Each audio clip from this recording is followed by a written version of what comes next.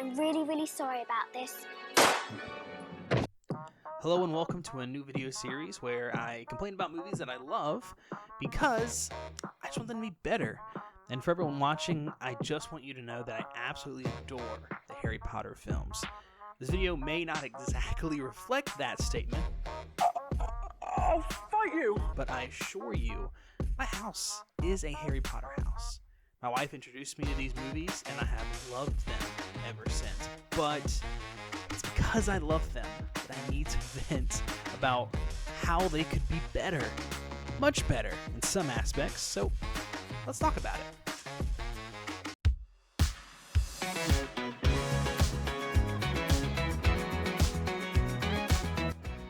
Now, I'm not claiming to be a Potterhead. I am indeed a big fan, but not super well versed in the lore as much as like Marvel or DC, but we need to address the lack of spells here. The movies portray Harry learning almost no spells. The only ones I remember him learning and using are Accio, Stupefy, Expecto Patronum, and everyone and their mother in these movies tells you constantly that Harry is this great wizard. Great wizard. Okay, so why does he use only a couple spells? Harry seems to also 1v1 the big bads in these movies and always seems to win by either sheer force, luck, or someone basically does the work for him. Now, I would understand him not learning a ton of spells if maybe there was only one movie and he just started learning, but we have 7 movies. He's in school, for heaven's sake. He literally is in the place designed to teach him spells and potions. But no, our hero just down B spams his one attack spell the whole time. I'm serious, Harry acts like a brand new Smash player who only knows one trick. I mean, I can't be too hard on Harry because during these battles, the other wizards aren't that great either. During almost all the big battle scenes, the other older wizards only use 1 to 2 spells as well. So you can't use the excuse, well, Harry's only a child and can only use a few spells. Okay, then why does everyone in the order have that same problem? These movies should have Harry learn 1 to 2 spells per movie and slowly build an arsenal of offensive and defensive spells to then use as a crescendo in the final movie against Voldemort. That way, the final victory feels way more earned. Instead of 2 people pointing really hard at each other for 8 minutes, and this all wouldn't seem so bad if they didn't show us what an actual cool wizard fight looks like in the fight between Dumbledore and Snake Man. That was an amazing fight, though it was like 2 seconds long. You did it! It looked amazing! So why then does this go to this?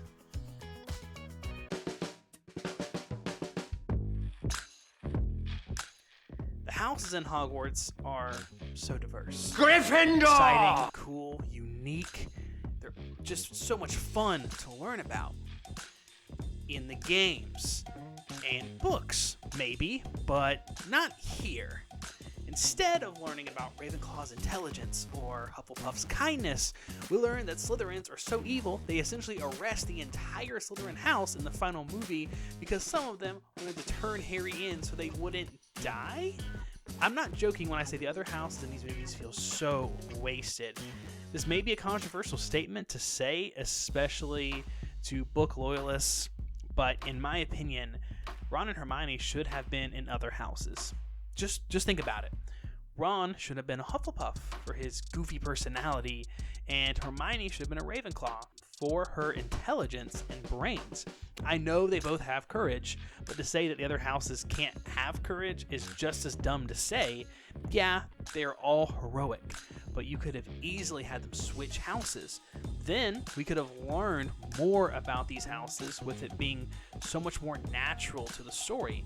The only thing that would change really is how Ron and Harry are roommates, but for the most part you could adjust the story around them being from different houses. The other change I would make is to give us another student from Slytherin that really isn't a complete asshole. I'm sorry, but Malfoy is a good character, but is essentially the essence of evil in half of these films. Just give us one cunning and good Slytherin to balance them out more. Maybe like an upperclassman that wants to show Malfoy how to be better. This is the last thing I would fix, as again, not everything is bad, but this is the only other major change that I would make. But the deaths in Harry Potter suck. Not suck as in I hate that these characters died, but I hate how they died. Not narratively per se, but just outside of Dumbledore and Snape's death, every other character gets shafted pretty hard. Sirius's death is one of the worst. Literally, when I first saw it, I was so uncertain of what happened, I was in doubt for like 5 minutes that he actually died. Like, why kill him like this? This could have been so much better. You don't have to die like Snape or Dumbledore in these very dramatic, over-the-top ways, but at least make his death feel impactful. I think this one felt frustrating the most because his body essentially pulled a Spider-Man and dusted away. Then you have the most gut-wrenching tragedy of them all, Fred's. Now, I won't talk about Lupin or Tonks because you can say the exact same thing about them, but Fred's feels the worst.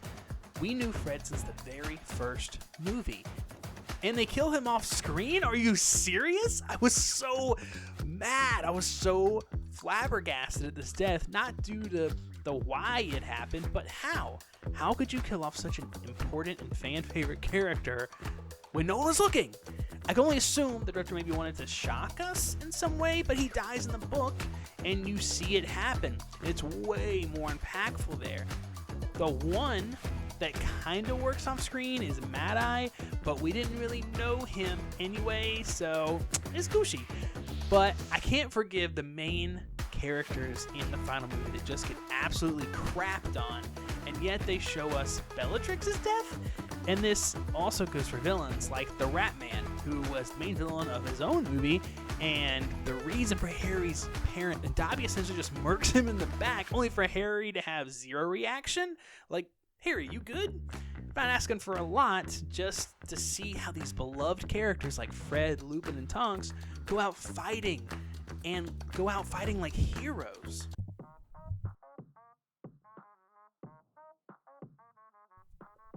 In short, the Harry Potter movies are fun, whimsical, and full of charm and awe.